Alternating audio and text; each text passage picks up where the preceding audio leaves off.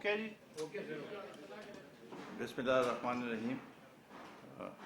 محترم جناب انور رضا صاحب اور اسلام آباد پریس کلب کے عہدیداران صاحبان، ممبران صاحبان، آپ سب کا شکریہ. آپ نے ہمیں موقع دیا. آج ہم کچھ موضوع پہ بات کرنا چاہتے تھے. 2 دن پہلے ہمارا سینٹرل ایگزیکٹو کی میٹنگ ہوئی تھی اور اس میں ملک کی جو سیاسی اور اقتصادی صورتحال ہے، جو گمبھیر سیاسی صورتحال ہے، اس پہ تفصیلاً بات چیت ہوئی. اور ہم سمجھتے ہیں کہ ملک ایک ایسے دورائے پہ کھڑا ہے کہ ہر ایک آدمی پریشان ہے. اقتصادی صورتحال بھی اور سیاسی صورتحال بھی، اور ایک بے یقینی کی صورتحال آج ہمارے سامنے ہے. ہم سمجھتے ہیں کہ ان سب کا حل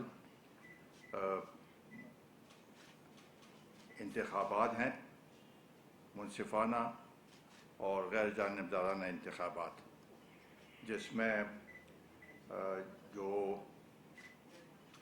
حلقہ بندیاں ہیں اس کو جلد سے جلد مکمل کر کے ملک میں انتخابات کرائے جائیں.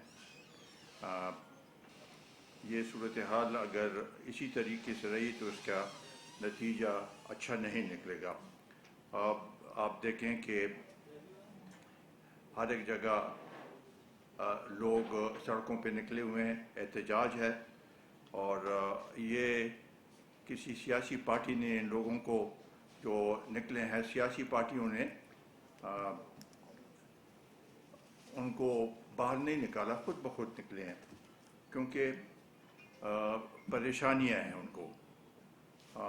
جو جس طریقے سے مہنگائی بڑھ رہی ہے، جس طریقے سے ڈالر کی ریٹ بڑھ رہی ہے، پیٹرول دن بدن مہنگا ہوتا جا رہا ہے، اور بجلی کے بلوں نے ایک بم گرا دیا ہے سب پہ، اور اس کی وجہ سے یہ ایک ایکومولیٹو ایفیکٹ ہے سب کا.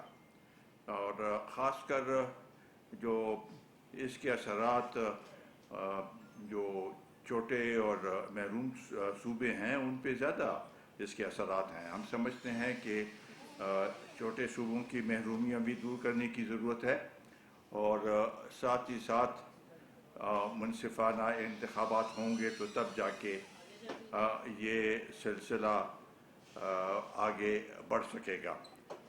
اس میں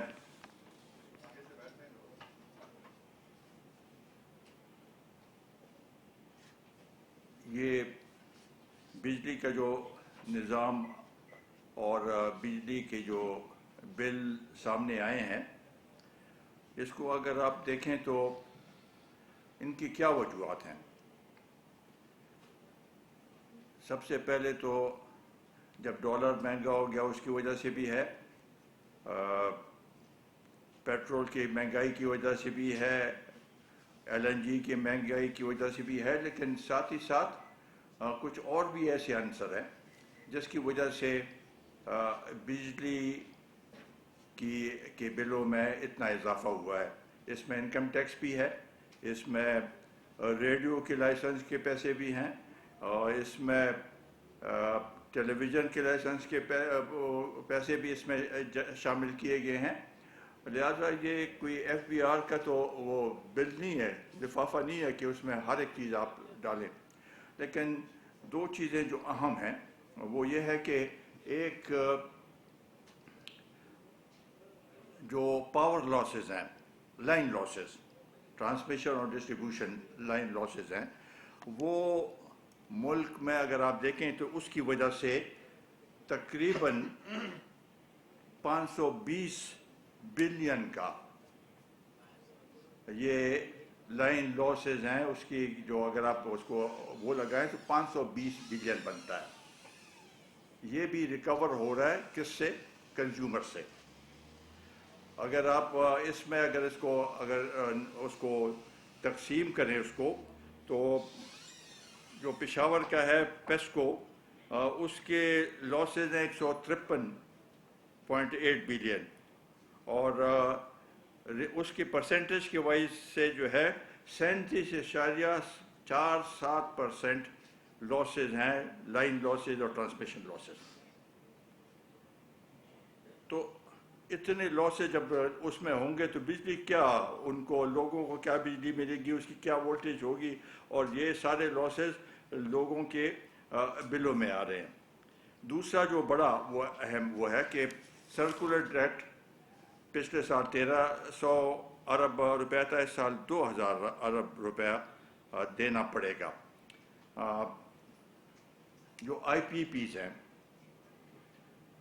یہ آئی پی پیز کا جب یہ معاہدہ ہوا تھا تو اس میں جو آئی پی پیز کے اونرز ہیں ان کی مفاد کو دیکھا گیا تھا، ملک کی مفاد کو یا کنزیومر کے مفاد کو نہیں دیکھا گیا.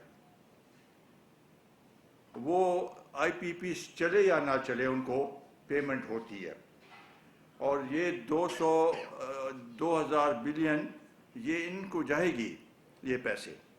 تو یہ آپ خود اندازہ لگائیں کہ اس کا کیا اثر ہوگا لوگوں کے اوپر. ہم سمجھتے ہیں کہ ایک جو لائن اور ڈسٹریبیوشن لاسز ہیں یہ پیور نیگلیجنس ہے وابدہ کا، اور اس کے اوپر ایک کمیشن بٹھانے کی ضرورت ہے تاکہ وہ اس کی وہ کرے، تعین کرے کہ یہ کیسے ہوئے اور کون اس کے ذمہ دار ہے. ساتھ ہی ساتھ جو آئی پی پیز کا وہ ہے تو اس کے لیے بھی اس کی رپورٹ پہلے بھی بنائی گئی تھی، اور اس کا آڈٹ ہونا چاہیے کہ اس کے جو پرفارمنس ہے اور جو الیکٹریسٹی یہ پروڈیوس کر رہی ہے اس کا، اور ساتھ ہی ساتھ جو اس کے فائنینشیل اور جو الیکٹریسٹی یہ پروڈیوس کر رہی ہے اس کی آڈٹ ہونی چاہیے. تو تب جا کے ہمیں پتہ چلے گا. یہ ڈسکو جتنے بھی بنے ہیں، ڈسکوز کا ایک بورڈ ہوتا ہے، بورڈ میں سارے پولیٹیکل اس میں ریپرزنٹیشن ہے، کنزیومر کا ریپرزنٹیشن نہیں ہے، بزنس مین کا ریپرزنٹیشن نہیں ہے، تاکہ وہ اس ڈسکو کو صحیح سمت میں لے جا سکے کہ بھئی آپ نے یہ کام کرنے ہیں.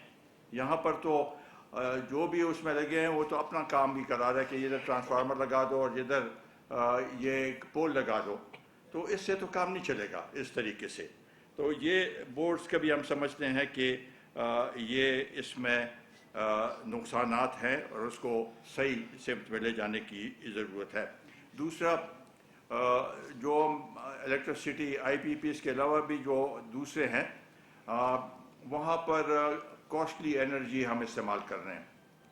جو آج کل چونکہ ہائیڈل ان دنوں میں ہائیڈل کا وہ میکسیمم اس پہ ہوتا ہے، تو انرجی مکس کی ضرورت ہے، اور ہائیڈل جو 3 روپے یا 4 روپے پر یونٹ اس کی کاسٹ ہے، وہ اس کو یہ باقی کے ساتھ ملا کے آج کل 52 روپے اور 53 روپے کی پر یونٹ وہ ہے.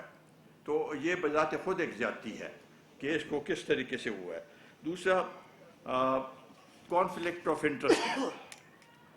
یہ آئی پی پیز پہ جو پچھلے عمران خان کی حکومت کے دوران اس کے لیے ان کے ساتھ مذاکرات شروع ہوئے، بند کیوں ہوئے؟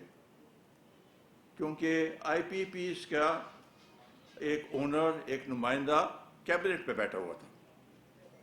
جب یہ اونرز جو اصل پہلے اونرز تھے جنہوں نے باہر سے آئے تھے، وہ تو انہوں نے یہ معاہدہ کر کے لوکل لوگوں پہ یہ بیچ دیے تھے، وہ لوکل لوگ ابھی اس کو چلا رہے ہیں. تو وہ اگر اس میں بیٹھے ہوں گے، گورنمنٹ میں بیٹھے ہوں گے، کس طریقے سے آپ ان کی آرڈر کر سکتے ہیں، کس طریقے سے ان کو اس کے ریٹ کم کر سکتے ہیں. اور ریٹ بھی سارا ان کو جو پیسہ دیا جاتا ہے ڈالرز میں دیا جاتا ہے. تو ڈالر جب 320 330 کا ہو تو کس طریقے سے ہم اس کے اوپر ہم